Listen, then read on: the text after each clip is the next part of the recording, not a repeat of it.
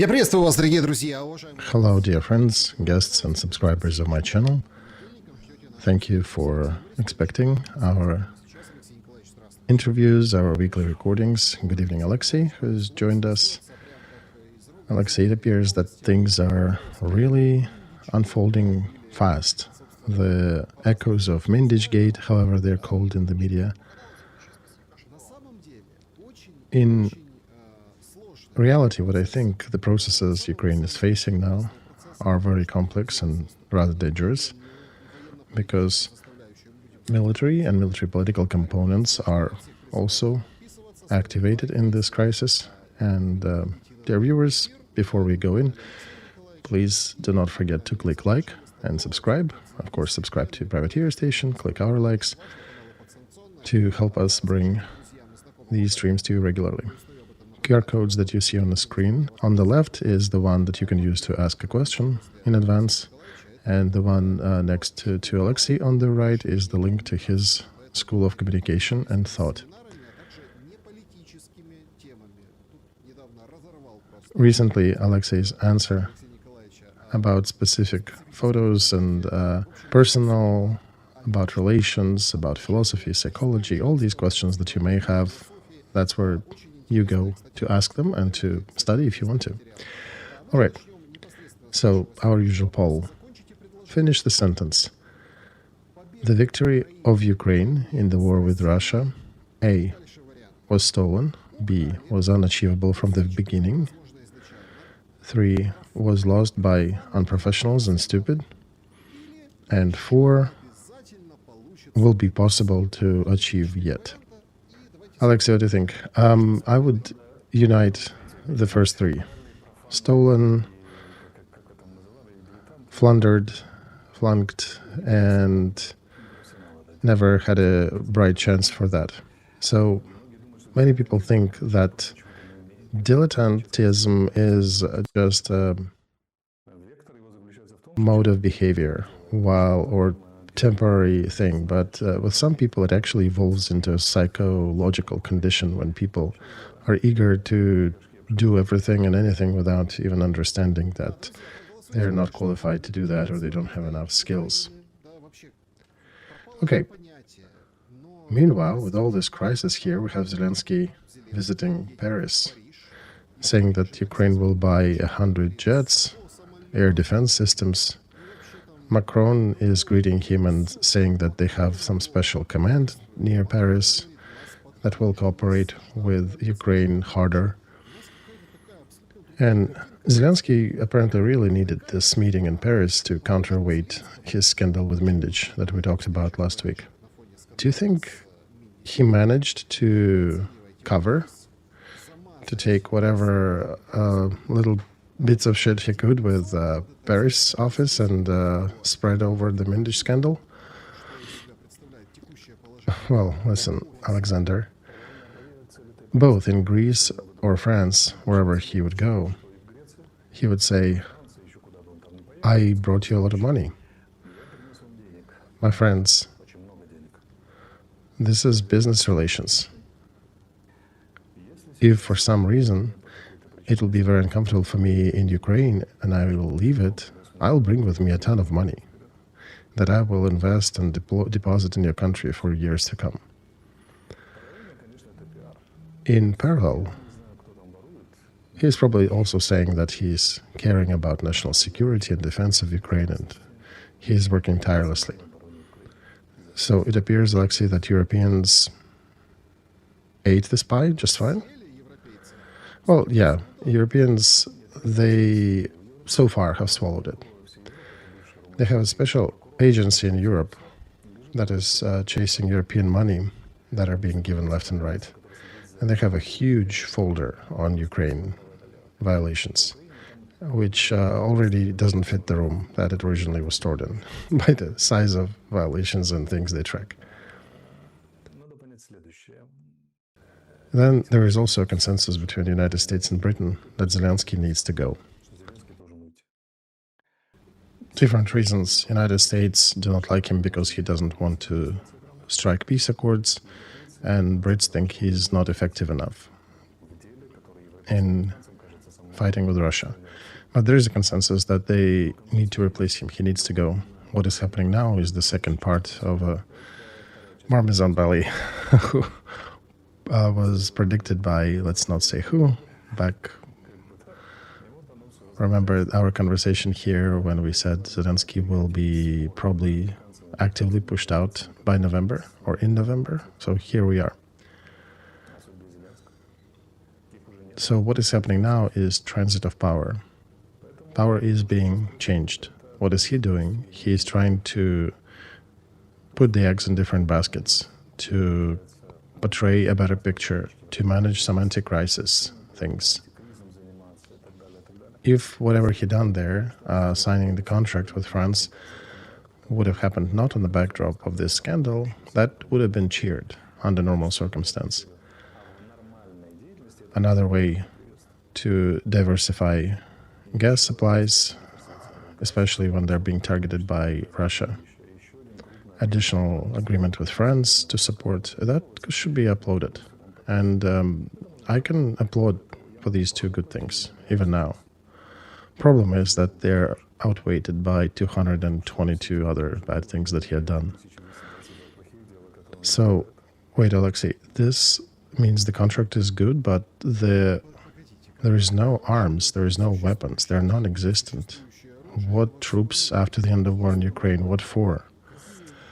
Okay, Alexander, what one needs to understand here, if need be, France can actually give Ukraine a credit for 10 Rafale jets.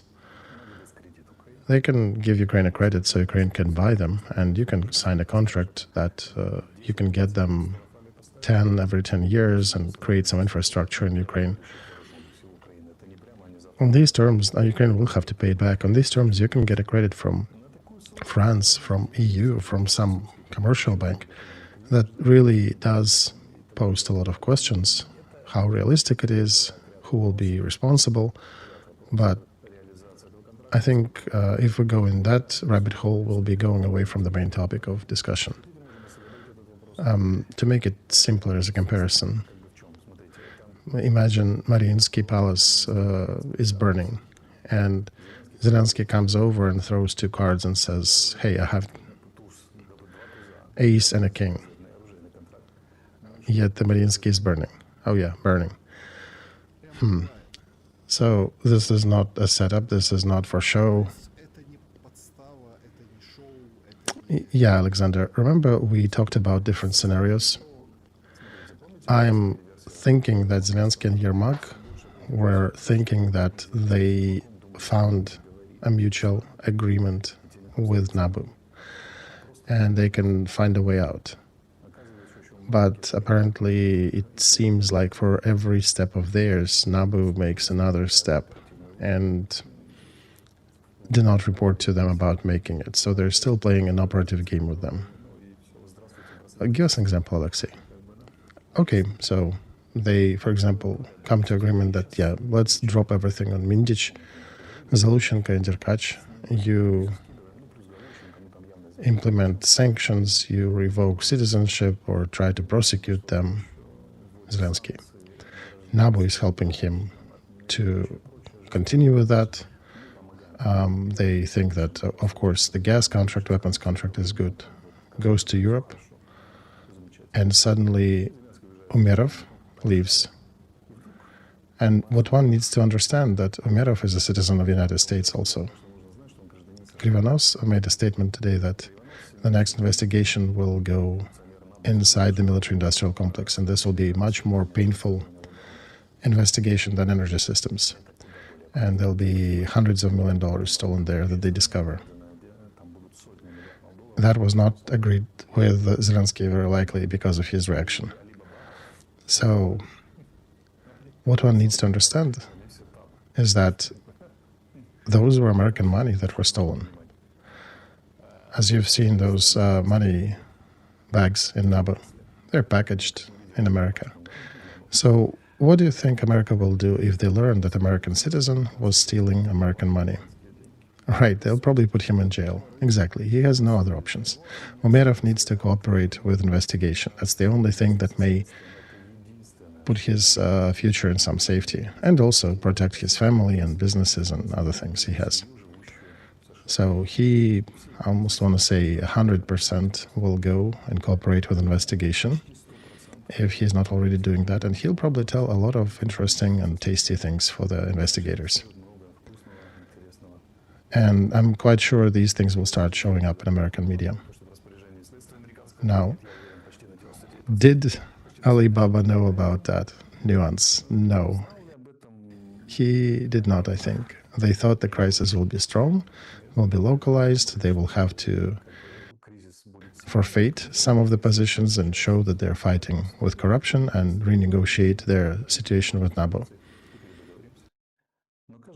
But every time they reach some agreement, NABU brings more issues, and they're failing to crisis control that. Alibaba and 40 robbers, yeah, that's a good comparison. Today, Chernyshov came out with a statement saying that, guys, you don't understand the scale of this horror. Vice Prime Minister is taking bribes. And Vice Prime Minister is refusing the accusations. The bail is 55 million. He's saying, this is not my voice on tapes. I don't know who that Che Guevara is. Apparently the name used in the conversations there. And everybody understands that he's a very close friend of Zelensky. He doesn't look like a weak link in Zelensky's chain of corruption. But if you look at the examples of Umerov and a couple more figures, Rada and NABU were inviting an ex-minister who already resigned. It hasn't been voted for, but people are saying that she already left abroad. And what's interesting is they're allowed to leave the country, which I think is done by NABU, that allows them to leave under certain condition. Are they being let go on purpose to be re-investigated outside of Ukraine? I think so. I think NABU is getting both data and money, and FBI is getting witnesses, probably, or collaborators. So, to say delicately, Zelensky's government is caught in the trap. They're panicking. The floor is falling from under their feet. And they're high up in the building. They're grasping at the walls and under pressure. They're making mistakes. They're making decisions that seemed ideal to them, but they're organized. So NABU is working, for example, with these accused ones who are, and again, this is me fantasizing, but NABU basically offering them, if you want to leave Ukraine, you need to transfer money to this fund of defense of kids or whatever. But those who leave Ukraine, not everybody have enough resources to hide in Vienna or some other places. I think a lot of these people will be part to a bigger case. And Alexei, what is that all hustle for? Well, two things. Ultimately, to topple Zelensky government and to get information from all those people running away, leaving the country, fleeing, those who are under investigation, get some deals going with them and get more information from them. So, Zelensky, Alexei, how long do you think he'll be able to stay in power? Okay, let's analyze what was voiced in the media. Minister of Foreign Relations of Turkey said before the 3rd of December, negotiations between Russia and Ukraine will need to start. And their tonality is almost ultimatum. Negotiations need to start before the 3rd of December. So 3 weeks, I think at least, there will have to be some serious changes. Probably publication of a bigger and more scandalous material, and international community will have to react, Ukrainian society will have to react, and army and the parliament, of course. The center will likely be in the parliament. There are some rumors for now that there was a revolt at Euro Solidarity. Julia Tymoshenko said Yermak needs to resign, they need to form new coalition with technical government, otherwise nothing will be signed, etc. That's already good. That's already good development. And the second, third, fourth trenches of materials are not published yet. So everything, I think, will expedite from here. Yes, there were rumors in media that the second set of documents about Zelensky will be available in January, but I think they will surface much sooner. Peskov is making statements in Russia that yes, they're ready to have another meeting, and they're saying we are interested in this meeting to happen the soonest. And Turkey says December 3rd. That tells me that there is some pressure here, and there's probably an indicator that a lot of events will happen, if not by 3rd of December, at least before New Year. So when you're, in essence, developing an operation to transit government, you cannot spread it in time too far. And I'm looking at different signs. I'm thinking that the process of removal of Zelensky is already happening. Then the main principle that is used is to make it rapidly in a blitzkrieg style, so that the side being removed will not be able to counter effectively. Umerov already reported that he is not coming back from the United States. Do you think he already got a visit from gentlemen from a 3-letter agency already? Yeah, I don't understand, Alexei, the geography of his visits. Turkey, Qatar, Saudi Arabia, United States. Who is the head of this mission who needs to travel so far? Well, okay, he's the head of a negotiation group with Russia, but ballpark, we haven't seen Danilov as well, who was traveling a lot. Well, in any case, Alexander, these trips are being signed by President directly, because President is the head of National Security Office in Ukraine, and that Umerov is the secretary of this entity. So there's got to be some papers, and there's got to be an official release. And of course, if there'll be any prosecution, they can pull up the documents and see the details. Who allowed that? But okay, if there is a reason, at some point, the person needs to come back.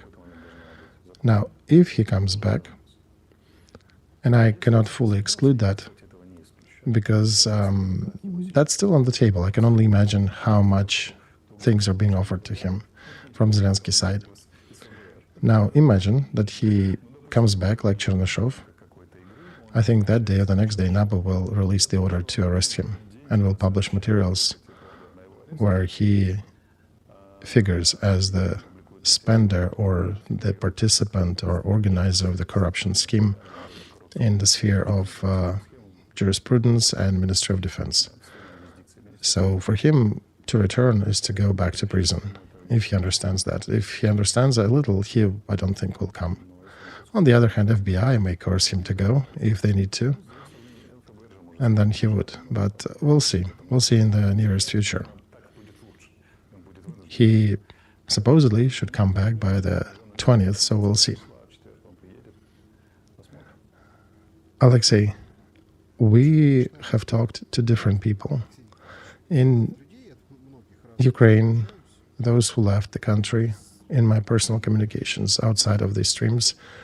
The main sentiment is, oh my God, when will they finally jail all these scoundrels? We're so tired of this government and this structure. And they're tired of the conditions of living in this house of cards that is wavering and crumbling. What emotions do you have, Alexei? Well, on one hand, my emotions are very human. I have a lot of satisfaction because I announced that this will happen 2 years ago. And these people who are being arrested now for all these steps, they organized a nationwide campaign against me to expunge me from the country because I started talking about that. So that brings to mind an old military proverb that the planet is round, but it has the shape of a suitcase, and you always meet in the corners. And About 70-85% of my feelings is a sadness, how much we'll have to pay for the crash of this regime and the price that we will have to pay for the next republic that will arise from the ashes. The price is catastrophic. We discussed that with the Duke and Romanenko back in earlier streams a couple years ago. But I do feel a lot of bitterness about these processes happening in Ukraine. And that overwhelms my personal satisfaction because on the global scale, Ukraine will definitely suffer. So unfortunately, mostly I'm feeling sadness, sadly. Sadness, right.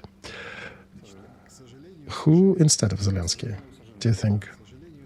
Such amazing people like professor from Lvov is saying that it's going to be the Zaluzhny or Budanov or Biletsky. And you're looking at these figures and thinking, yeah, these are the people. Okay, let's talk through that. Biletsky, Zaluzhny, and Budanov are not good candidates for the United States. Trump will likely be against them because they are registered as the party of war. And since the vector is going towards peace resolution, they are not the best instrument. Zaluzhny could be affirmed by Britain because they have a bigger influence on him. And now states in Britain are discussing that. As for Europe, one needs to understand one thing. Nobody in Europe will be paying money for neither national takeover or the party of war. Even if Europeans want Ukraine to hold Russia, so it doesn't expand, still not on the terms of the power of military, because that goes against the European laws and their understanding of what political process is. So our military trifecta of names you mentioned will probably be very disillusioned and dissatisfied with the probability of, I give it 95%. Of course, there's a chance that 5% that something will happen there, but Ukraine is not self-sufficient, neither militarily nor monetarily. All that is propped up by the West, United States and Britain, so they will be the ones determining the real configuration of a new government. Whether we want, whoever gives money will be determining that configuration. They were supporting the Zelensky regime, they're dismantling it, they'll be the ones supporting the new regime. I think that the center of legitimization and the future transfer of power will be parliament. So some option of Turchin number 2. Whether it'll be Arahamian, Turchin, Yulia Tymoshenko, Razumkov, that's a technical question. Most likely the power center will move to parliament because everybody needs legitimacy. Americans need Ukraine to have a legitimate figure that is acknowledged by Russia. Europeans and Brits need a person whom they can present to their taxpayers, to their media, why, as the reason why they're still supporting Ukraine. And Ukrainian enforcement ministers need somebody whom they consider legitimate, whose orders are considered legitimate. And what is a Ukrainian minister of one of these enforcement agencies? He only will execute the order that is printed, signed, has 20 or 60 signatures and stamps on it, because they all look with dread at European courts. And having good documentation is paramount for them, that they can show it and say, listen, it was not me, I was ordered that, these are the names who ordered that for me to do. So power agencies are the ones who would be also rooting for legitimization. Look, neither Zelensky nor Zaluzhny nor Budanov commented on the Mindich scandal. Even though even the grandmas near your high-rise have probably had a political opinion. Now, what does it tell us? It tells us about their political ambitions. And what they're saying is that, yes, we're military people, here is the bank number to support our troops. But in reality, to keep mum about the biggest political scandal is to declare your political ambitions. If you're interested about political ambitions, we already know that Zaluzhny has it. And they're mum because they have plans. They are playing their games. They understand who is removing Zelensky. And they don't want to be chained to a political corpse of Zelensky. They don't want to take a position to support Zelensky under any circumstances. And they also don't want to comment against it, due to a simple reason that they will then quarrel, that risks them quarreling with the future developments, with those people who likely will be giving money to them for their campaigns and their activities or their participation in certain processes. So that means they are very well versed in politics. And they made good conclusions that if Zelensky is removed, then they can easily be remembered by Europeans of a lot of other things that these military people did during war since 2014. Biletsky has some controversial pages. Budanov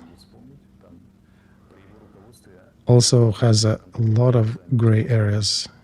Just remember the purchasing of artillery shells through military intel, when, according to some European data, from 400 million to 1.2 billion have just vanished into somebody's pocket. And, of course, Zaluzhny, prosecutors in Germany suspect him to be the one who organized the Nord Stream 2 explosion. So everybody is on the hook. Yes, that's how it is done. That's how it is done, Alexander, in big politics. So they can be accused in different things, and they're 5 minutes away from being international criminals, so they understand everything just fine. And as people with political ambitions, they're rather manageable via their criminal elements in their past, or what can be considered as criminal, and of course with money. So the pictures where brave military ride the tanks to arrest Zelensky's government in Kiev, forget about that. Even if one idiot would be decisive to do that, that would not exist longer than a couple of weeks, because the West will simply turn off the spigot with money and that regime will not survive. Yeah, some people say he's son of a bitch, but he's our son of a bitch. That was during the times of Cold War. That tactic is not working now. Europeans will not be giving money to illegitimate government. And we already have problems. Look at Orban, look at Fico. Yeah, that's exactly. Giving money to that is like giving alcohol to an alcoholic. So perspectives of a very managed process are high, which likely will be resolved through parliament, which is good. That means unavoidable elections. If it will go through parliament, it will have to organize elections under pressure of the West. Alexei, I'm not going to Google that during the stream, but remember a material in Politico that shocked everybody. I think you still were with the office in those days. I may be wrong, but remember when the materials were released that were saying that, guys, if Zelensky gets killed, because we're at war, right? Then you will have a military junta running the whole thing. Yermak, Stefanchuk, nothing will change. Military will continue running the country. There will be no shakedowns or no big changes. Why do you think that if now through parliament they organize a government of national unity, replace the figure, or maybe leave Zelensky but as a limp duck and take a lot of power from him, and we'll have some chancellor, why do you think elections will occur? Listen, there will be no military cabinet, because all that military cabinet is on Mindich's recordings and other recordings that exist. So that is the group that is being dismantled. Zelensky as a figure, for now, is untouchable while all that quarrel is happening around him. because Zelensky will be fighting to the end, and he's incapable to negotiate. Everybody knows that. So they're not touching him till they're ready to completely remove him rapidly. And Budanov, commenting on the crisis and scandal with energy, he affirmed that NABU and other investigative organs made the right decisions and the investigation was good. And that, by the way, confirms that, yeah, the butcher is also a politician. So there are some media really talking about Zelensky, that he is a fighter for freedom, that he is a martyr for Ukrainian freedom. Sure, they're talking about that. Meantime, we have DBR investigating corruptions in the National Arctic Scientific Center. Now let's see who leads it. This nice-looking fella, the fighter from Aidar, who was always strict and well-principled. Right, Dicky, that's the guy. Exactly. So that story, to say the least, is a wide story. And military office is being removed, is the one being extricated surgically. So, okay, let's probably conclude with that uplifting, and actually I thought it would be uplifting, but yeah, there's a lot of regret about the situation, because it definitely will make life and situation in Ukraine worse for a while. Alexei, what if we look at the front, how that scandal, how all that commotion does affect that stage of war and what is happening on the front line? Is there a direct correlation? And if it is, then what is it? Well, first of all, the most obvious thought is that this brings down the morale of troops on the ground. However, morale on the front is about very different things. The fighter on the front is more concerned with whether there is UAV above him, whether they have enough ammo and shells, who left their dislocation, if anybody fled their positions, is he getting paid on time? So that is what they're concerned about. The real fighters are actually more concerned with the fact that they're sitting there in these trenches without any relief, that are being attacked by FPVs 20 times a day, that there is no relief rotation.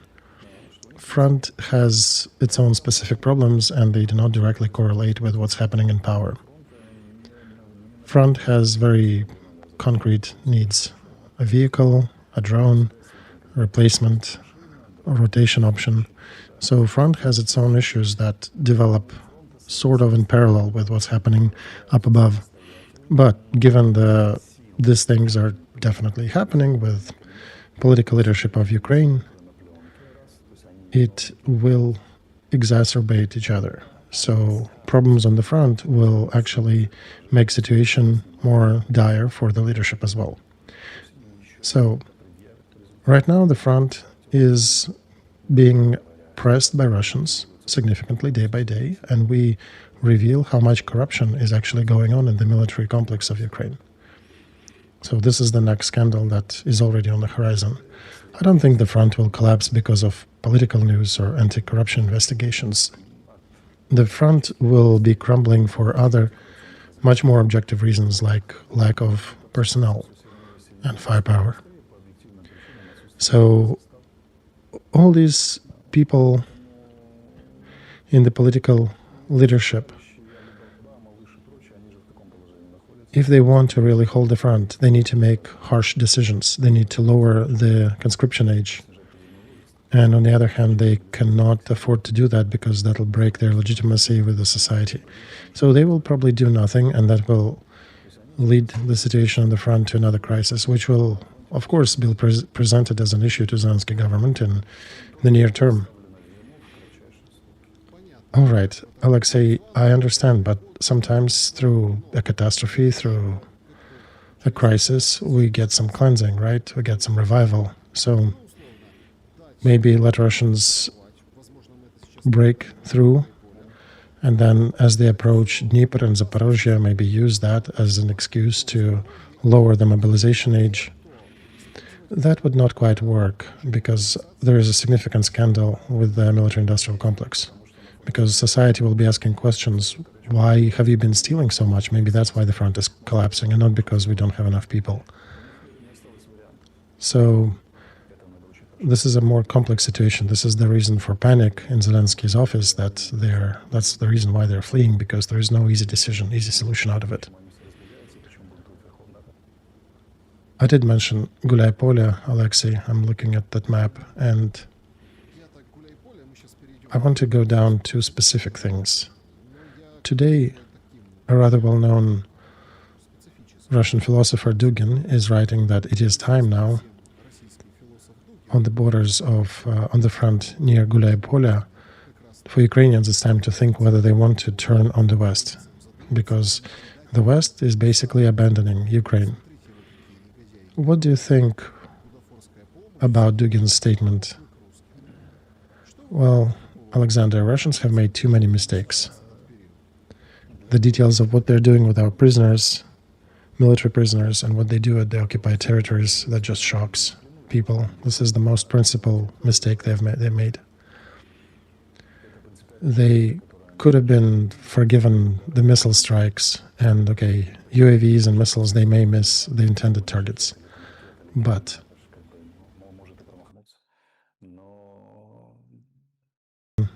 in every significant regional center, rapes of women by Russian soldiers, 460 dead bodies left in Izium.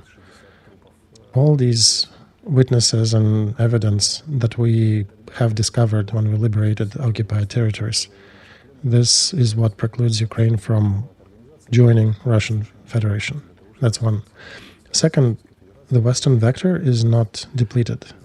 Theoretically, in some light, we can imagine that some years later Ukraine might produce a bill together with Russia to the West. But for that, Ukraine needs to completely and totally disavow the West and just get upset with everything the West has done. And they need to be enamored by Russia. But Russia had tortured and killed too much. And the West is still somewhat friendly and somewhat caring and helpful. To a lesser degree that we would want to, but still they're doing that, and they're trying to remove our corruptioneers in Ukraine, and that's a big plus for the West. Let's look at those who are running the occupied territories. Usually it's people who are not too impressive for whoever locals are remaining in the city or township. But Russians would still appoint somebody and put them by the force of their bayonets on the place and protect them from any argument. So these people, these figures are not too liked by locals. Meantime, the West removes corruptioneers from Zelensky's government, or tries to. Wait, who? I don't think people really think like this. Well, what do you mean, Alexander? In Russia, if they put somebody in jail, they actually do put somebody in jail. They got a bunch of generals and corruptioneers in their own jails. And I'm not defending Russia, but I'm just saying that Russian jailing is a real jailing, if we take corruption story. Here in Ukraine, Mindich was allowed to run, and his citizenship was revoked by a secret order, so he would not be given back. That's a big difference. Alexander, look, that's not how people think. I'm telling you how Ukrainian people prevalently think. And Russia, for example, put an occupational mayor of Kherson, the fellow who built torture chambers for 16-year-olds in the township. And we discovered that when we kicked them out. So people know if Russians come again, that story will likely repeat. That's not attractive. That's a principled mistake by Russia, which Dugin continued to not notice. And the West, even on the level of our president, supported by the West, is still trying to fight corruption. Sometimes with smoke and mirrors, but they still have it as one of the items on the agenda. And sooner or later, we will get them, maybe. So if today we say that in Russia, the second in command in the Ministry of Defense in Russia was put in jail, nobody knows him in Ukraine. Nobody cares. But here, even an attempt to investigate or things that force them to leave the country that actually is perceived often as a good, as a plus. Russia, to their detriment, when they occupy territories, they put wrong managers. This is somewhat of a feature of Russia. Back from the times of Alexander Nevsky, when he was placed in power by the Mongol hordes, because he was the weakest of the knyaz, of the rulers in the territories. But that's why they picked him, because he is the weakest. It's easy to manage him. For the locals, such figures look like a traitor and like the weakest candidate could be, and it doesn't look appealing. So that is the ongoing mistake that Russia continues to make on the occupied territories, that creates a significant repulsion towards the vector of possible unity with Russia. This is their colossal mistake, in my view. If they treated prisoners of war with respect, and don't have to do that for everybody, but just for Ukrainians, perhaps. Just for the ones who were captured, or for their own pro-Ukrainian elements. If they treated them like humans, the chances to turn the minds and hearts of Ukrainians in favor of Russia would have been much higher. But they've done such a tremendous amount of stupid mistakes that I don't foresee that happening easily. But on the West, they actually have a calculation in their estimations that there will be a growth of anti-West sentiment in Ukraine, that the West did not support them enough, did not allow them to win, that the West supported corrupt government that was stealing money, and they also pushed them to a treacherous peace with Russia. So there'll be that sentiment. We'll see that rising. And Ukraine, as the overall national consciousness, will have to go through a difficult process. The waves of breaking picture of the world will be damaging the worldview of each Ukrainian, and they'll be suspicious and very confused about their neighbors, about the West. And it very much depends upon how smart will be the people who will be running our country during that transition period. How smart will they be to put reasonable slogans and follow with reasonable steps to address large layers of society. You know, Alexei, what I'm concerned about is that we have not reached that black line of hell, where people would be happy to see some order. I think that is the reason why people are not staying in the townships where the war is coming. And one can say that those people who stay in the towns that are to be occupied by Russians, they probably want more order. No, Alexander, I think people do not think in these categories when they live in a township that is being demolished by artillery and missiles.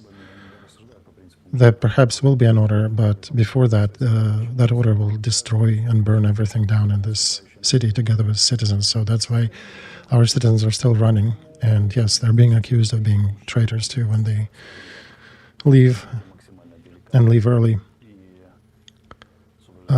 We can say that yes, the certain fraction, or actually majority of our citizens who left, who stayed in the occupied territories, they get some samples, some semblance of order. They get pensions, they get some administration, and in some cases they're saying that it is actually more orderly than in Ukraine.